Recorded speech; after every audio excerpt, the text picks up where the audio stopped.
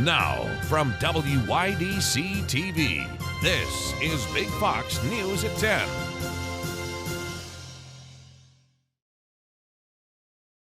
Thanks for joining us this Friday night. I'm Anna Manuel. Just announced today, upstate New York hospitals could receive a shot in the arm with a $1 billion increase per year in funding. Our Maggie Hall spoke with Senator Schumer about how this specifically would impact our region. Throughout the year, we've heard of healthcare worker shortages and waiting rooms overflowing. Now that could all change due to this most recent boost in hospital funding. This is one of the greatest bits of news, greatest pieces of news for upstate New York and upstate New York healthcare in decades. It is huge. And what we're saying is that New York's hospitals, upstate New York, will get over $1 billion a year, every year on into the future, because we have managed to readjust the so-called Medicaid formula. This not only includes large hospitals in Buffalo and Rochester, it focuses on our area as well. Cayuga Medical Center gets $6 million. Our Lady of Lourdes Memorial gets $24 million. UHS Shenango, $3.8 million. United Health Services, I mentioned that in Binghamton, $43 million. Arnott, Ogden, $17 million. Guthrie, $11 million. Every one of your hospitals, and even the little ones like, Davenport, Ira Davenport's a small one, gets $816,000. So every hospital is included. It is hoped that the funding can battle healthcare worker shortages and overall improve hospitals' abilities towards patient care. Because when you treat somebody, there are certain costs. There's a cost to hiring a nurse. There's a cost for the equipment. There's a cost for this, a cost for that. If you're not getting paid the right amount for those costs, healthcare suffers. But when you get paid the full amount, healthcare can benefit greatly. Big Fox News will continue to cover this historical healthcare update. Maggie Hall, Big Fox News, Corning. A teen was shot to death in Bradford County after an armed standoff with police. Pennsylvania State Police say they responded to reports of an armed male juvenile in Herrick Township. Authorities answered the calls about the juvenile around 5 p.m. in a wooded area within the township.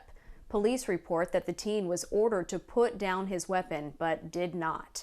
Officers allege that the suspect presented as an immediate threat, and an officer opened fire. The teen was taken to Guthrie Robert Packer and later died of his gunshot injuries. An investigation is ongoing. The 16th annual Walk a Mile in My Shoes event is taking place tomorrow at Eldridge Park. The Chemung County Department of Mental Hygiene hosts this event every year to raise awareness about suicide. The walk raises money to support local suicide prevention efforts and support people who are affected by loss. You can still sign up for the walk at the WIP building in Eldridge Park at 9 a.m. tomorrow morning. Elmira held its first ever Cinco de Mayo festival to celebrate the popular holiday. Big Fox's Josh Feldberg joined the celebrations earlier today. Part of West Water Street was shut down and filled with vendors, food, trucks, and people to celebrate Cinco de Mayo. The core of Cinco de Mayo is about the small force overcoming the big force, and in this case, we're adapting it to be the small community coming together, make something big and exciting happen for everybody. This is Elmira's first Cinco de Mayo festival, and there are plans to make this an annual tradition. We just wanted to celebrate the start of spring, give people the opportunity to come out, get a little head start on everything, and hopefully, as this picks up and everything, we will be looking to do more in the future and keep this as a consistent every single year. Many festival attendees were happy to see more events like today's happening in downtown Elmira. It would be nice if they did more events like that. Just bringing unity to the community and diversity and just everyone doing different things and meeting different people. Yeah. It's important, especially around this area. If we want to see a change, if we're all talk, we actually have to do something, and things like this is the first step to do it. Everything is just such a beautiful day for it. Good drinks, good food, good energy, lots of people. It's a good time. You should come down. It's a kickoff to the summer, in Elmira, New York.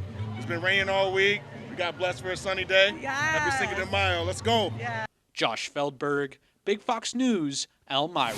A local comic shop is celebrating Free Comic Book Day this Saturday, and you can get your hands on a free book. Heroes Comic Shop in Elmira Heights is hosting an event this Saturday at the Elmira Heights American Legion from 11 to 4 to celebrate the day.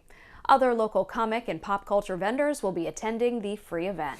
The Corning Middle School Club Community Theater is holding open call auditions for Annie. All children and adults in the area are welcome to try out. Auditions will include singing 16 bars of your favorite show tune, a dance audition, and line reading. Tryouts will take place May 15th through the 17th. You can sign up through the link on your screen. The World Health Organization said COVID-19 no longer qualifies as a global health emergency, marking a symbolic end to the coronavirus pandemic. Amy Kellogg has more from Milan, Italy.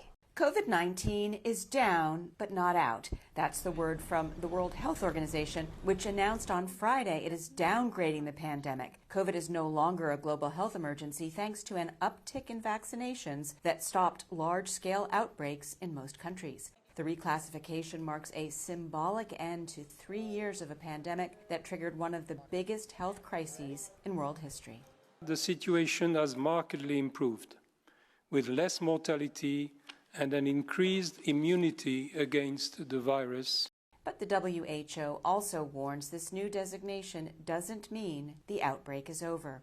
Globally, we're still averaging a new COVID death every 3 minutes, and the appearance of new variants means world governments can't let down their guards. This virus is here to stay. It's still killing, and it's still changing. The risk remains of new variants emerging.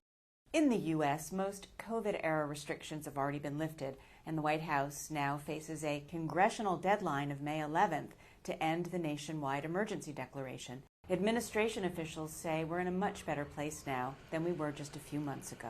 The COVID vaccines remain highly effective to reduce the risk of serious illness, hospitalization, and death. It is important for the American people to know that we are in a different phase of COVID. The White House says it will announce its plan for ending the emergency declaration next week.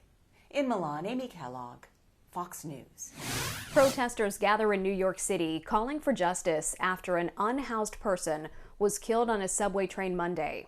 30-year-old Jordan Neely was reportedly having a mental health episode when a passenger held him in a chokehold. Neely ultimately died. His death has been ruled a homicide caused by compression of the neck.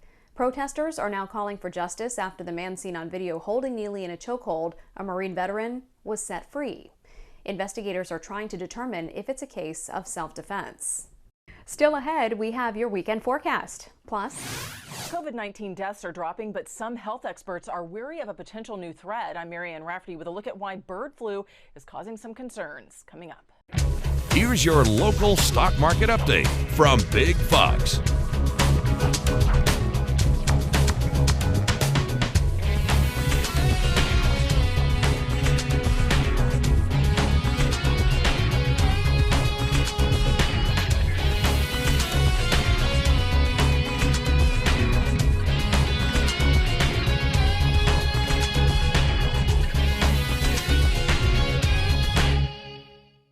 Now, your Twin Tiers forecast from Big Fox.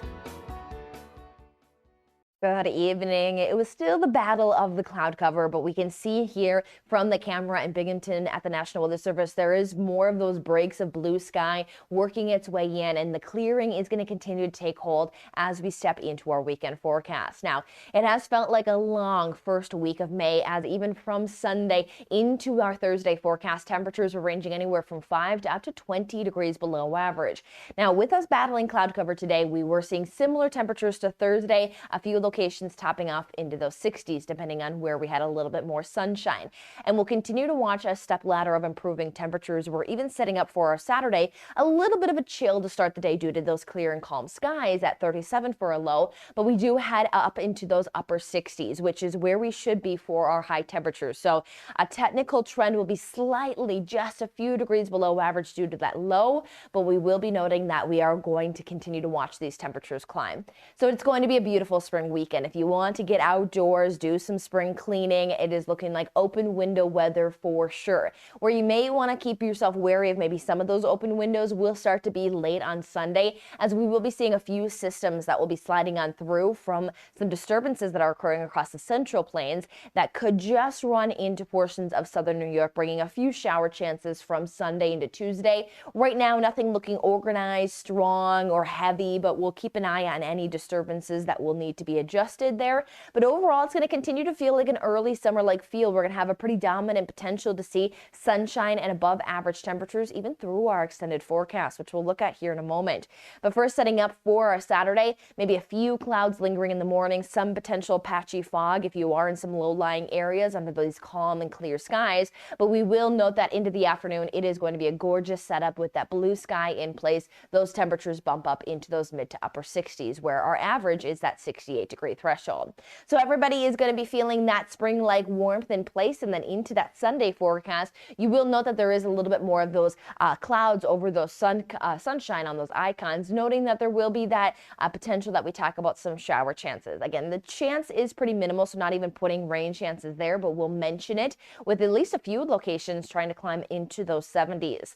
Now, if you are a fan of some of these above average temperatures, note that our extended outlook, which brings us through May 15th, gives us a good likelihood of seeing above average conditions. Now, it's not going to be 100% soaring temperatures, but enough that's going to keep us at least at that 68 or warmer threshold. As when we look at our 7-day, we even have several 70-degree days that are popping in. We have even 75 for Tuesday or Monday, 70 on Tuesday. We'll track a few of those showers, maybe a rumble of thunder possible, but there will overwhelmingly be more of a dry forecast holding on underneath the high pressure system, where we will continue to watch those fluctuations into the 70s.